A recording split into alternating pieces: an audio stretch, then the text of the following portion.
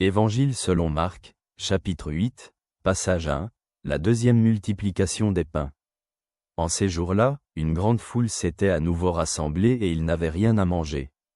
Il appela donc ses disciples et leur dit, « J'ai compassion de cette foule, car voilà déjà 3 jours qu'ils sont avec moi, et ils n'ont rien à manger. Et si je les renvoie chez eux affamés, ils défailliront en chemin, car certains d'entre eux sont venus de loin. » Les disciples répondirent, « Comment quelqu'un pourrait-il les rassasier de pain ici, dans un désert ?» Il leur demanda, « Combien de pains avez-vous » Ils répondirent, « 7, et il ordonna à la foule de s'asseoir par terre.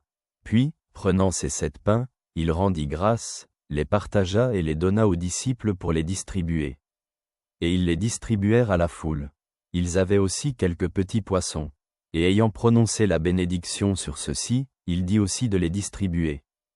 Ils mangèrent à satiété, et ils ramassèrent les morceaux qui restaient, 7 corbeilles. Ils étaient environ 4000. Ensuite, il les renvoya. Regardons cela sous l'angle de la foi. Le second miracle de la multiplication des pains est un acte exceptionnel d'amour et de sollicitude de Jésus envers les gens. Nous voyons comment Jésus satisfait non seulement la faim physique, mais aussi montre qu'il est toujours prêt à répondre à nos besoins, même dans les situations les plus désespérées. Dans un contexte contemporain, ce miracle nous rappelle l'importance de partager et de faire preuve de solidarité. De nos jours, alors que beaucoup de gens dans le monde souffrent de faim et de pénurie, cette histoire nous invite à réfléchir sur nos actions et attitudes.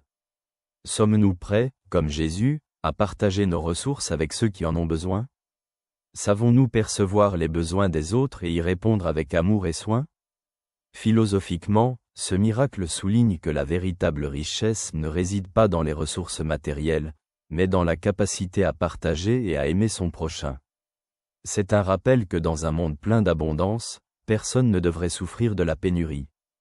Jésus nous montre que même de petites ressources, données avec amour et foi, peuvent devenir une source de grande bénédiction pour beaucoup. Merci pour aujourd'hui, je te salue chaleureusement.